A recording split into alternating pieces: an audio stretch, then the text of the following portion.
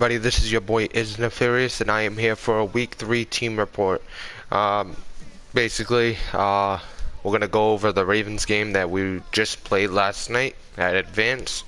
Um, same old when it comes to the Patriots, and comes to me as a user. Totally shit against somebody that's good.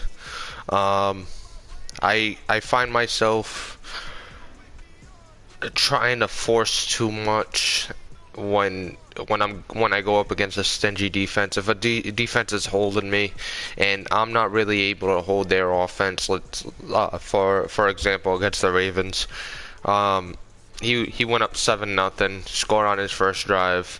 I went down, I kicked the field goal. I was moving the ball, but I couldn't find the end zone. Same old story. Had to kick a field goal. Next drive, he comes down. I was able to stop him. I was able to get the ball back. I went down. I kicked another field goal. So, two field goals in a row, and you're like, I'm not going to beat him if I keep kicking field goals. So, he gets the ball back. He ends up scoring. So it's like, I'm 1 for 2. I'm 1 for 2 right now, or 1 for 3. I mean, 1 for 3 right now, and stopping him. He scored twice. I stopped him once on 3 drives. So I was like, once I got the ball back, he ended up stopping me, getting the ball back, and he ended up getting a field goal. So at that point, it's 17-6. And I'm like, I gotta get something going. I gotta start doing something to, put some points on the board. So then I started forcing. One big thing, actually, when he kicked that field goal to go up 17-6, it was off a blitz. He was able to get to Dylan McCaffrey as he was releasing, and it caused an interception on my side of the field. So we ended up with good field position and ended up kicking the field goal. Like I said, once that happens, the thoughts start to creep in. I got to start scoring, or I'm not even gonna have a chance in this game.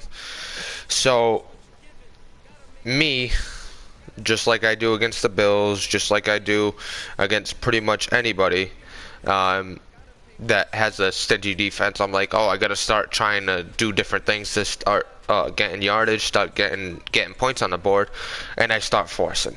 So I forced the curl route. My guy kind of got bumped off his route and ended up in the wrong place, even though I saw the empty space where he should have been.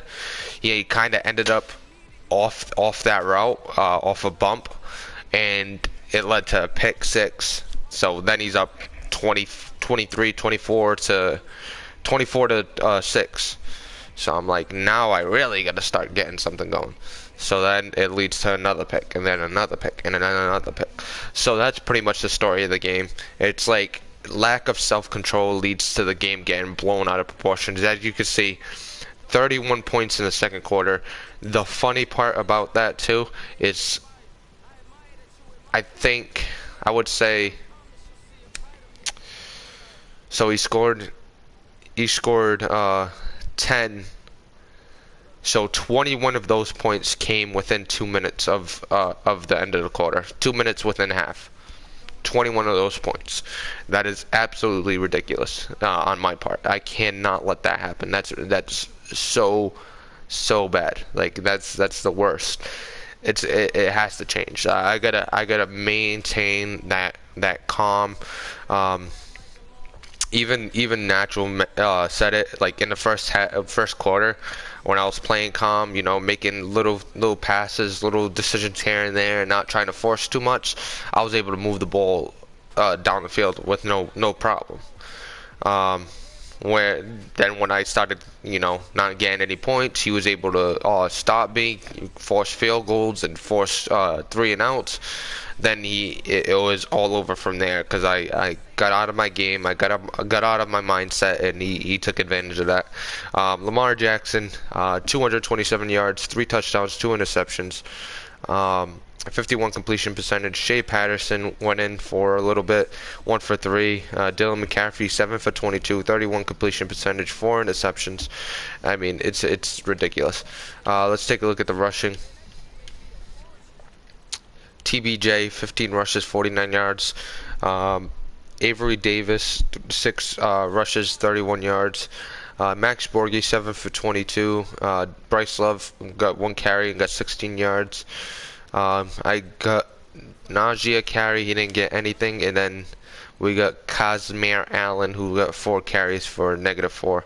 Um, when it comes to Casimir Allen, when it comes to Bryce Love, I mean, I'm not giving him the ball much, but as you can see, 1 rush, 16 yards, so I kind of got to start feeding him. Max Borghi, I'm still sticking it out with. When it comes to Tony Brooks James, he had that 1 TD, but with Tony Brooks James, my run defense has been 10 times better this season than it was last season, based on the 2 games I've played. I know a lot of it was the game was out of hand, but it's been a lot better. They really need that secondary to stand up, especially on that other side opposite Jamel Dean, because Jamel Dean's been playing pretty well. Isaac Taylor Stewart, he's the outside corner. He needs to get a little better. Robbie Anderson, 6 receptions, 78 yards, and a touchdown. A lot of underneath stuff. I think he had a catch on ITS as well. Sorry, I took a little C4 to work out, so my face is tingling, everything's tingling. It's about that time that I gotta go and do that. So we're gonna try to get this done as soon as possible. So Robbie Anderson, 6 receptions, 78 yards, 13 yards catch, and a touchdown. Felton Davis had a pretty good game, 4 receptions, 53 yards. Then you got TBJ, 3 receptions, 62 yards. That's where he really hurt me, was in the passing game. So my game plan against Baltimore, stay big, stay heavy, force him to throw the ball on me. Because I know he was a run heavy guy. I really forgot that he said he was going to go pass heavy this season. So that's on me, but still going heavy and playing that way really helped out. He wasn't really able to run on me as well. But Tony Brooks James was able to come out of the backfield, 62 yards, 1 touchdown. Juwan Johnson, 3 receptions, 51 yards. Darren Waller was able to get into the game. Trevon Grimes only the 1 reception. I tried to get it to him a few times. Does it have his drops? No drops there. But I was trying to get him the ball a few times. JJ got moved to tight end, 1 reception, 16 yards. Jerome Washington, 1 reception, 20 yards. But yeah, that was pretty much the game. Nobody was able to find the end zone on my team. A few guys found the end zone on his team. Let's take a look at the sacks. Isaac Weaver, a couple sacks. Tim Williams really had his way against him. Let's take a look at the tackles. We got Devin White led in tackles. Then it was Isaac Taylor Stewart, Jamel Dean, and Butter Baker. Tackles for loss, Devin White was up there. Malik McDowell, what a good game. 3 tackles for loss. Tim Williams had a couple. Isaac Taylor Stewart, Butter Baker, Ronnie Harrison. Let's take a look at the sacks. Tim Williams was a leader in sacks. Ronnie Harrison had a sack himself, and Jordan Battle. So I was only able to get to Lamar Jackson once. Take a look at the interceptions. Isaiah Pryor had a good game, a couple interceptions. Ronnie Harrison got 1, Jamel Dean got 1, Derek Allen got 1, Lamont Wade, and Tavon Young. So pretty much there was 4 by McCaffrey, 1 by Patterson. We'll see what we do when it comes to quarterback. I mean, I got 3 quarterbacks. None of their fault. It's not their fault the way the play has been. It's pretty much all my fault. I don't know what I want to do. I'm probably just gonna stick with Dylan McCaffrey and try to get him back, get him some confidence back. I mean, who do we got next? I think we got the Bengals or something. Let's take a look at that real quick. Yeah, we got the Bengals next, so that might be a free win unless Bengals comes back just for this game. Right now he's on autopilot, You know, he's going through his thing during the summer. You know, he gets busy just like everybody else. We all get busy during the summer. He's unable to play, so we'll see if that's a free win. If it is, then I'll just take it. I'm probably not gonna play the computer, especially after getting my ass handed to me by Ravens. I'm probably just gonna sit on it and you know, take a little break from playing a game and see you know, a little rehab and gain some confidence back somehow. Um, but we take a look at running back. Max Borghi is still going to be our starter. 45 confidence. Hopefully we can get him out of that. Najee Harris can't get a yard for me. Bryce Love has been running well. It might be time to give him a little more touches. Kazmir Allen hasn't got anything for me. Take a look at wide receiver. We're going to actually switch here. Trevon Grimes is going to come in. Trevon Grimes might end up my number one. Yeah, we'll put Trevon Grimes as on the number one slot. See how that works out. Then we got KJ Hamler. Probably going to get him a little more touches. Take a look at tight end. We still got Mike Gesicki, Darren Waller. Both got good size and good speed. Trying to see any differences. I mean, my best receiver is probably Nick Eubanks, but he doesn't have the same athleticism as these two do. And then my best blocker is Rob Gronkowski. I haven't really subbed him in much. Maybe it's time that I start subbing him in to really help out that running game a little bit. Same thing with got to think about using Tristan Crowder, but you know, I mean, Kalichi Osemele, he doesn't have great run blocking, but he has really good lead block. So when he hits that, you know, that little hitch or whatever they call it, I don't know. I'm not very football savvy when it comes to that. When he hits that, maybe he's able to, you know, get a good lead block for me and open some holes.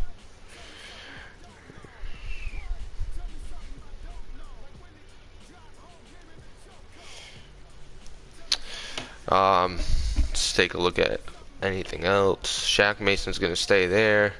Aaron Hagler's playing awesome. He's gonna stay there.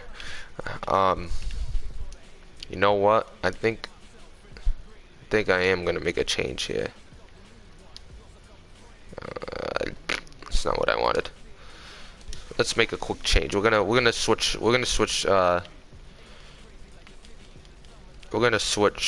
the tackle positions.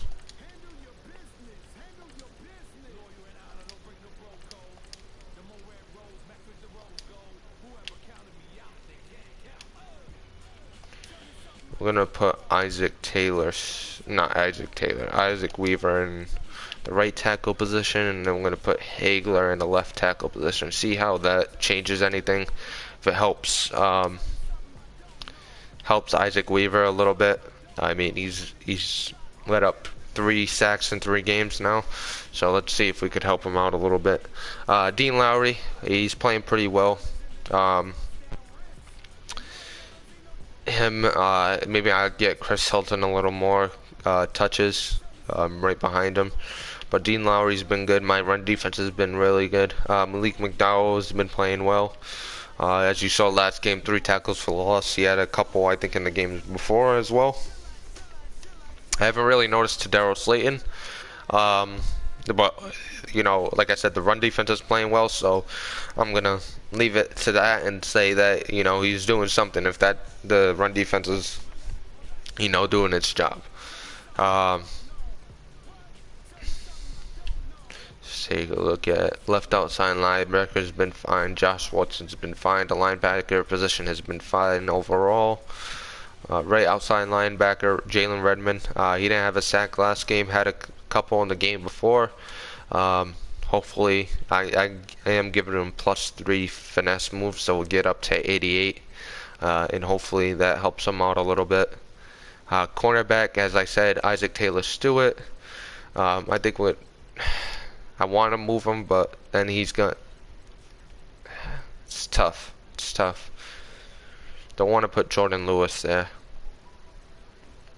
Yeah, I have a conundrum at that second cornerback slot. I might just take.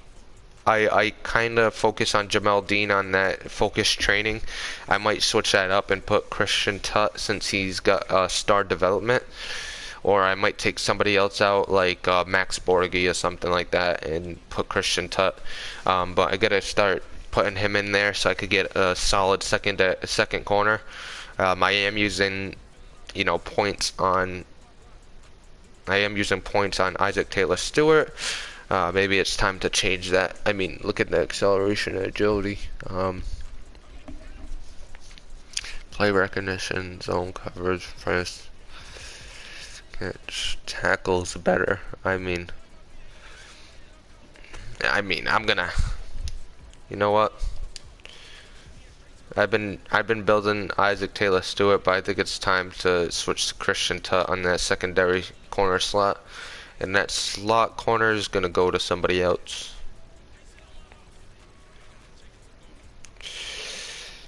I'm gonna put Davis there. Yeah, we'll put Davis on that secondary, that slot corner slot. Free safety, Butter Baker.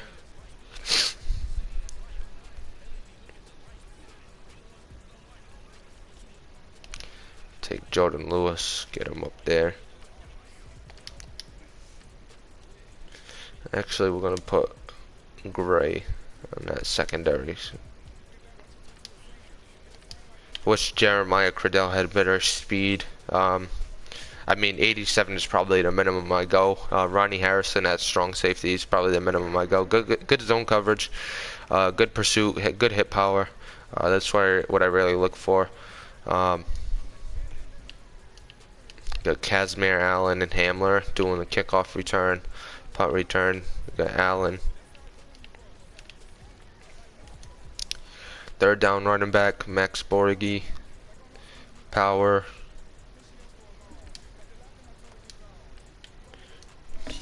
Slot wide receiver, Trevon Grimes. You might change that.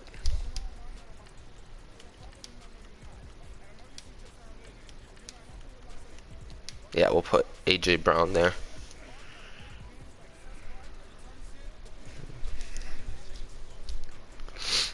Vic Beasley, Russian right end. Russian left end. Jalen Redmond on the other side. I'm going to change that to Josh Watson behind him. Alright, sub linebacker. Cradell is there. We're going to switch that to McLean.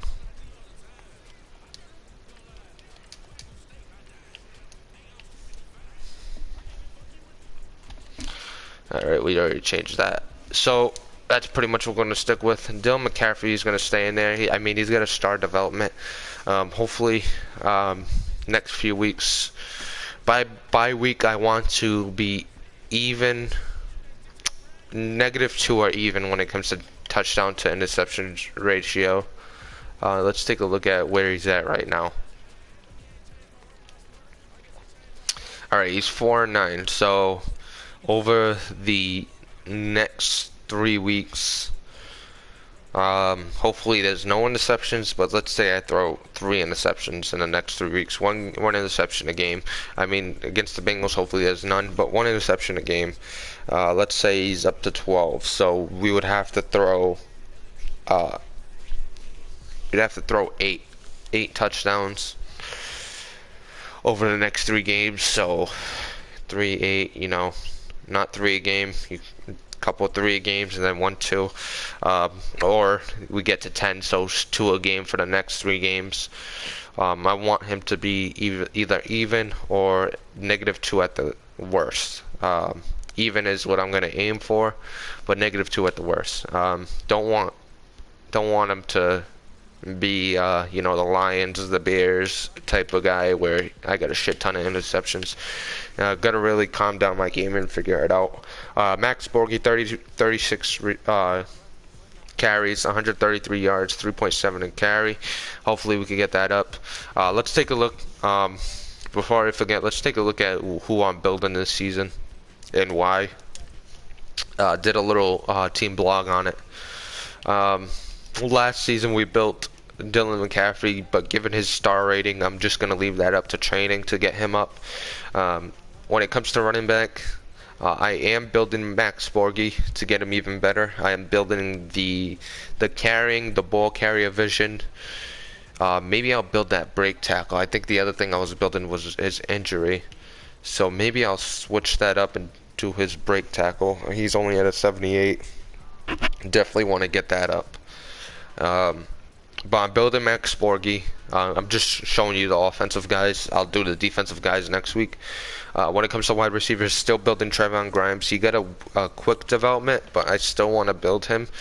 I'm getting up that release. It's at a 82. Hopefully I get him to 80, 86 or something like that, or 85. Then I'm building up that spectacular catch, and then what was the other thing I was building up? Hold on one second. Let me take a. I'll take a look at what else I was building real quick. Let's take a look at what else I was building. So Trevon Grimes, spectacular catch, release, and his deep route running. So I want to get that deep route running up to 81.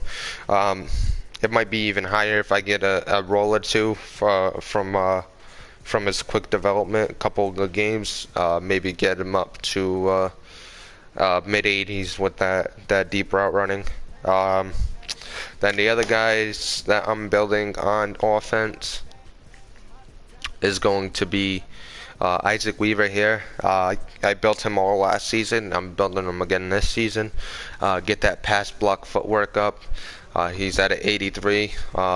He actually just got a tribute roll yesterday. He got a +2 on his pass block power and then +1 on his pass block. So his pass block is very high, but still is able to get beat. Take a look at the other guy I'm building. Hold on, I didn't finish here.